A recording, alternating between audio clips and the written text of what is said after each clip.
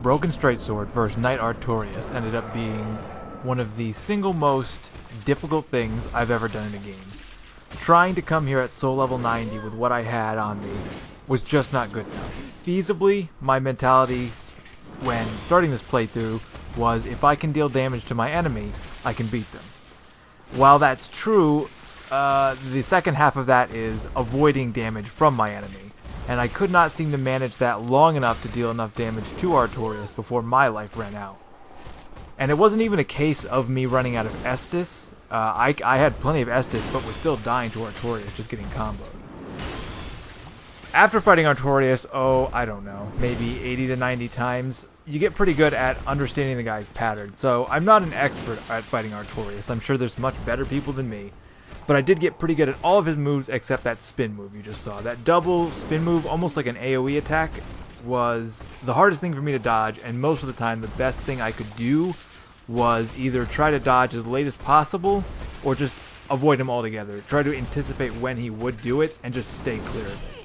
Every other attack was pretty feasible to dodge by either sidestepping him slightly, rolling through him, or in some situations letting him pass me and just not attacking. A double spin move. Awful, awful. So in addition to all of his moves, learning them and understanding that he can kill me pretty easily, I also had things working against me. I'm using a broken straight sword, so already I'm not dealing enough damage. I have variants of the broken straight sword, such as lightning broken straight swords, occult, chaos. Now, I never did go through and get 99 humanity and see how much damage that would do, but it would be a pretty big investment and a bit of a gamble if I died and lost it all, because he was pretty dangerous. Now, in addition to not being able to do enough damage, like you can see right here, most players easily could stop Artorias here. You hit him a couple times, you knock him out of it, it's free hits, and he doesn't get that buff. That buff is incredibly deadly, and he can stack that buff on top of another buff. I could not produce enough damage with any of my broken straight swords or my buff to my broken straight swords to stop him from doing that damage. Initially I thought to stop him from buffing, doing his wind-up attack there, which would buff him and cause it at AoE there, all I needed to do was hit him a few times. Not the case. To stop him from doing that buff-up move, you have to hit him enough times in damage. I couldn't produce enough damage to stop Artorias from buffing, so that was completely out. Anytime I saw Artorias buff, I saw it as a chance to get in a few hits, but I knew I would take damage and I knew he would be buffed. Once I knew he was buffed, I played a little more conservatively, cautiously, making sure any attack that I wasn't 100% sure I could both dodge and get a clean hit on, I wouldn't go for it. Just because the output damage he would do to me was not worth it. If I got hit and then locked into another stun, I wouldn't be able to survive the hit. I would be a complete KO, even with my health bar the way it is. And if he was buffed and then buffed again like he just did now, I couldn't go for the hit because it would do extra damage when the AoE hit me. And now if he hits me, it's going to do considerably higher damage because he is double buffed.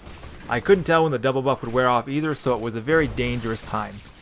If you lead Artorias around the arena like this long enough, he seems to almost sort of lose interest. He tends to be more aggressive when he's buffed. But if I got far enough away from him and sort of almost broke line of sight, he seems to sort of forget, which would give me a chance to buff or heal, kind of regain my footing. Another thing you might notice throughout this entire fight is I'm not locked on. There are some enemies you might want to play locked on. Artorias is not one of those enemies. I had way too many times where I would try to lock onto him, dodge, the roll while locked on would lead me into him, and he would get a clean hit, or I wouldn't be able to make contact with him. And while I missed my hit, he would then have a good opportunity to hit me. It just didn't work, and I very quickly learned to play Unlocked. I actually like playing Unlocked a lot, and it worked really well in this situation. As the fight went on, he usually gets a little more aggressive, tends to go for more of his combo hits, like his spinning aerial attack there. He'll tend to do 2 or 3 of those in a row instead of just 1. And he also tends to buff more later in the fight. So not only am I working against the fact that I'm slowly getting my Estus worn down, my buffs are running out, but he's getting a little more aggressive and a little more strong throughout the fight. Attacks like that also were just... they're just sometimes I just could not avoid attacks. I knew... You sort of get a feel when you fight a boss long enough where you need to kind of be... I sort of knew when I would or would not dodge an attack, and I also kind of knew when I would or would not be able to hit him safely or otherwise. Sometimes the risk was kind of worth taking the risk that I might get hit, but overall I tried to go for safe attacks, and I tried to very carefully watch what he was doing, understand where I was standing and how he would retaliate to what I had just done and where I was standing in relation to him. For example, if I'm behind him, there's a good chance he'll do that sludge attack, which is actually kind of a free hit to me, or he might do something like that, which can be a very dangerous hit to me. So, depending on how much damage, how many times I'm hitting him, and how close I am to him, and where I am, like right now behind him, I would really want to just stay away from that. Sometimes it's just not worth it to take the risk. Even having my health bar the way it is right now, if I got hit by his double spin move, it would kill me. I'd be dead instantly. I'd still have 12 Estus on me, but it wouldn't matter. He would just KO me there. Healing items, and honestly to a larger extent buffs, were never the issue. My issue was just hits like that and then getting comboed into other hits and not paying quite close enough to my health bar. Most of his attacks are reasonably predictable, and I can kind of understand most of them, but occasionally his attacks, I couldn't anticipate them or see them coming or react quickly enough. In addition to using a broken straight sword with nothing working against me. I don't know if I mentioned this earlier, but Artorias is resilient to all forms of attacks and all elemental attacks, magic, fire, lightning. The only thing Artorias is weak to is thrust attacks, which I cannot produce with a broken straight sword. So my magic buffs, my lightning buffs, my fire buffs, my occult weapons, none of that mattered. He wasn't weak to any of it. He was pretty resilient to most things. In the end, I chose light armor. I went with Poise for a while, but ended up giving way to Flip Ring, the Dark Wood Grain Ring, to give myself higher frames and a better chance of getting out of the way of attacks like that, or last-second attacks that I almost couldn't dodge when I needed to most. In the end, I found that dodging more and being quicker was better. Most of the time, you'll see me using a two-handed grip with the sword because it does a little more damage, but half the time, especially when he's buffed and I want to get just one quick hit in and then get out, I'll use the one-handed attack. It does considerably less damage, but it was much, much safer than using a two-handed attack. So in addition to all these penalties against me and getting slammed into the floor, my controller I was using was a wireless 360 controller, and the joystick for moving around isn't particularly great. So if you see me walking backwards toward the screen sometimes and I'm doing a slow walk, I don't want to do that. The controller isn't working properly. It's not registering that I'm holding it all the way down. And if there's any point in the fight where it seems like, oh, maybe I should have dodged there or I shouldn't have hit there, it's because my controller was doing a bit of a delayed button input or registering of a button input. So all that working against me, I knew I had to level up in this fight. In this fight, I am soul level 110, using a plus 15 broken straight sword with Sunlight Blade, Crystal Magic Weapon, and Great Magic Weapon as my buffs. I had Charcoal Pine Resin as a backup. I had Humanity on hand in case I ran out of any of that. But all that was really never going to come to pass because, spoiler, this fight is over in 2 more minutes, which I couldn't believe. Because even after leveling up, I had died countless times. I lost count. I honestly lost count. I had been keeping count. I lost count of how many times I died to Artorias. Even after I'd leveled up to 110, increased my health considerably, brought my strength up more, and did every upgrade I could to everything I had, I was still pretty evenly matched and needed to stay on my game here. Which is why when I got Artorias down to the 5th of his life that he has left, you start to get that almost adrenaline. And most people probably know what I'm talking about, where in theory it's so simple. We'll just stay calm and fight the boss and don't make a mistake. It's like, yeah, but once you get to this point where I'm low on Estus, low on buffs, and Artorias is almost dead, I really don't want to make a mistake. And you start to get in your head a little bit, and you start to get a little shaky. Start to maybe make decisions you wouldn't normally make, maybe some riskier ones. What you'll actually see me do here is play very, very safe, and at a certain point I realized, okay, I just need to hit him. I just gotta hit him a few more times. And somewhere, deep in my heart, I knew I could still fuck this up. But I think the rest of the fight speaks for itself.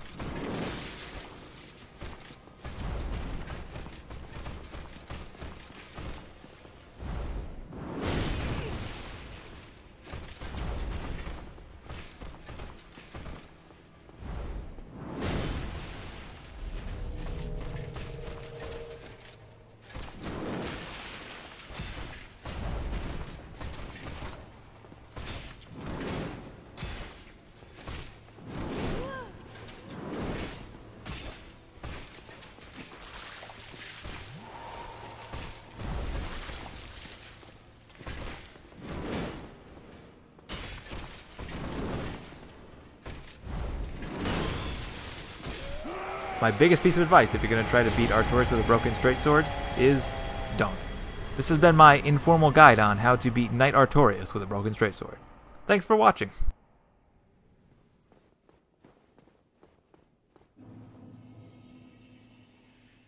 I don't think... Oh god, she's already there. I didn't even... She scared the crap out of me. Do we wanna... I don't have any use for her weapons. I actually like her armor. Well, we'll come back with her. I can't even... Oh, man. That was, I don't think I've ever been so stuck in a game to the point where I gave up and walked away since I was like 8. I couldn't even tell you what game I would have been playing either, but it literally felt like when I was a kid was like, wow, this can't be beaten. As a kid I was like, oh, this game's done. I can't finish it. That's what it felt like when I used to play like old NES games. Like, well, I can't get any further than this. I'm not good enough. It really felt like that trying to beat Artorias. As a matter of fact, now we should revamp half my stuff. I don't really need the flip ring, but it's a pretty good ring. Am I being attacked? Just sounds horrible. Sounds horrible of a head. It was a big grind too, but I was really underleveled, so I don't know. It feels really good to beat that, but also, God, that took forever. It literally, like, because when I did the recording, I definitely had recorded it, I don't know, back in October, so that was a couple months ago. To break the illusion, I'm in the middle of May of 2019 now, so that I just kept thinking about it, thinking about how it's really, oh my god, we can't 5 Estus. This isn't gonna go well. I'll give it a shot though. Yeah, give it a shot. It was hard, and I had things going on. I'm busy. I miss the days where I could just sit down and play a game. Well, even though I've done that a lot in the meantime, but it's been a long time since I played a game longer than 2 hours max. And even in the last 8 months, while I haven't done this, the only game I've done that with was Breath of the Wild. Because since then, even God, when I started this, I didn't have a Switch. I have a Switch now. Switch is awesome. I'm actually really seriously on the verge of getting a new PC, which is pretty big. I can't sit down and play a game for 3 to 4 hours nonstop. I just haven't done that in a long time. I can't do it. Sometimes I get engrossed in a game. But even at that point, I'm just like, I got stuff I gotta go do. At a certain point, it's like I gotta clean this up. I gotta cook my food. I gotta do stuff. I gotta sleep. I'm well past the point now where it's like, oh, I'll just stay up for 24 hours and then go to work the next 4 days in a row. No, it's really when you get to my age, the ripe age of 26, you feel tired and you want to go to sleep. And that's kind of what you want to do when you've been up for a while and you've worked and you do things.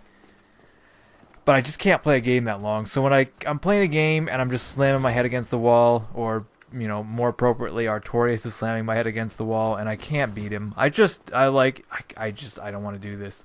I want to play a game and I want to have fun. When I sit down for 2 hours and it's like, yes, I can play a game for 2 hours. I don't want to slam my head against a wall. Some people like doing that, and to an extent I like doing that. That's kind of what this playthrough was. In my mind, when I started this playthrough so many years ago, I thought, I'll do a challenge run of Dark Souls that I've always wanted to do. I've always thought a broken straight sword run would be a fun challenge run. I know people have done the half sword, I can't remember what it was, probably don't have it on me. The one you start with, the sword hilt. But the broken straight sword seemed like more fun to me, and I couldn't really, at the time, find anyone who had really done that. I'm sure people could if they wanted to. There are people who have played this game blindfolded on a DDR machine, which seems like, I don't know, is that like the peak of humanity? It's like, oh man, I should have turned human so I could fight our buddy. But I don't know. It just seems like I've never been like a man. You watch that person on the stream who beat the game with a DDR machine. It's like, wow, that guy's amazing. That guy's fucking amazing. Or people who put 500 hours into like Rainbow Six Siege and they're incredible at that. Or pro gaming teams or streamers, everything. And it is impressive, but I've never been that. I'm closer to, and I wouldn't even call myself this, but I'm closer to master of none, jack of all trades sort of person. I think it's good to be well-rounded. I've never been someone who's like good at anything, really good, to the point of perfection.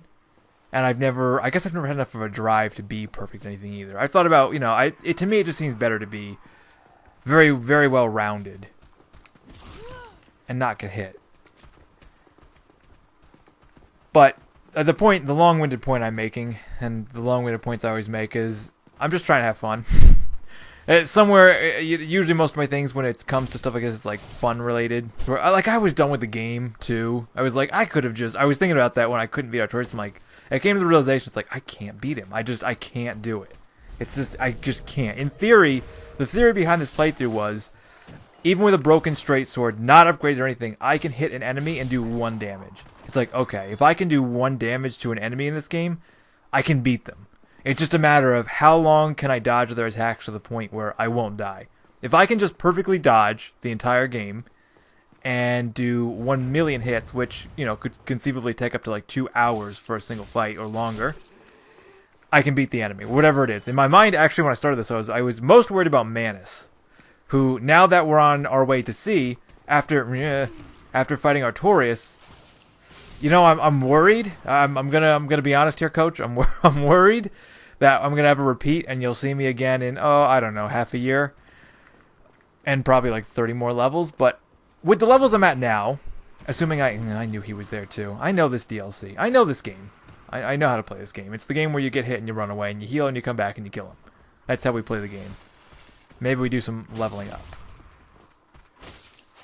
But I don't know. I think it's like I could have beaten the game. I was done. I could have beaten the game. That could have been it. I could have been like, yeah, I was the guy who beat the game with a broken straight sword. And I did it. I would have done it pretty... I'm confident I could have beaten Gwen at the soul level 90 that I was. I think I could have done it. Okay, this is a nasty room. I should probably rebuff my weapon. Let's go... Well, we should be okay with Great Magic Weapon, right? I'm confident I could have beaten the game. And then we got to Artorias, and I just did not foresee how bad Artorias was going to be. Oh, no!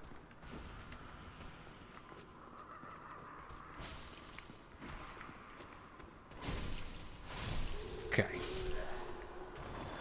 Sometimes there's just serious time where you gotta focus. Even speedrunners have serious moments where they gotta focus in. That is... not a lot of things in Dark Souls are actually that scary. The Abyss area through Elysial here, that's a little creepy. Just a little bit. This isn't exactly a horror game, but I like games that have a tinge of a horrific element. Like a little bit of, I don't know what you call that. And if it's done subtly, like counterattacks, it looks really good. It's just really well done. I mean, I love Dark Souls 1, if you couldn't tell. I mean, for God's sakes, I've put like 800 hours in the game. Someone's seen all my other characters. I've done co-op playthroughs of this game, and I'm trying to beat the game with a broken straight sword, for God's sakes. I mean, clearly I like the game. I enjoy the game a lot. It's a very well done game. But I'd like to beat it now to move on to other things. It's also a good feeling too when you have something like this that I couldn't beat. I stopped, put the game down, did other things. But now it feels like I can move on to other things until I get stuck on, the next boss. It's like I can't decide if I'm more worried about Calamite or Manus. Mostly Manus, but I could summon help for Manus. I can't summon help for Calamite. I don't think, right? There's no NPC. Can I just... Yes. No? Oh, I need light for this. I have light. Now I can do this.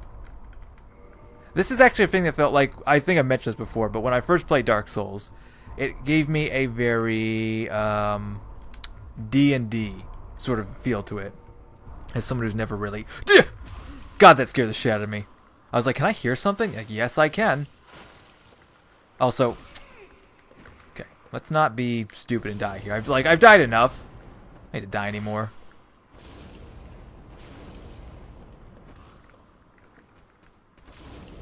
Good thing these guys have no poise, as far as I know. Yes, but wait, now he'll be back. He's coming back. How long? Do you think I get out the thing in time? I can get out the thing in time. I'm going to Estus. Swap the shield. I need the lantern. Did I put it away? I didn't. There it is. Lantern. Yes. But that right there, it's like that's such a cool thing that isn't in the main game. And I don't know. I wish there had been a little more of that. Dark Souls is pretty good for secrets, and it would be an extraordinarily... Not, what am I looking for? Not secretive isn't quite the right word for that situation, but it would be a very secretive-like game if you didn't have online or look up guides. There's so many things you wouldn't know. You wouldn't have a clue about. And in that, it makes it... Okay, I meant to do that. You didn't... Yep, alright. We have humanity. It's cool. Everything's cool. Nope. Because we're really close to the shortcut, and I'm not dying yet.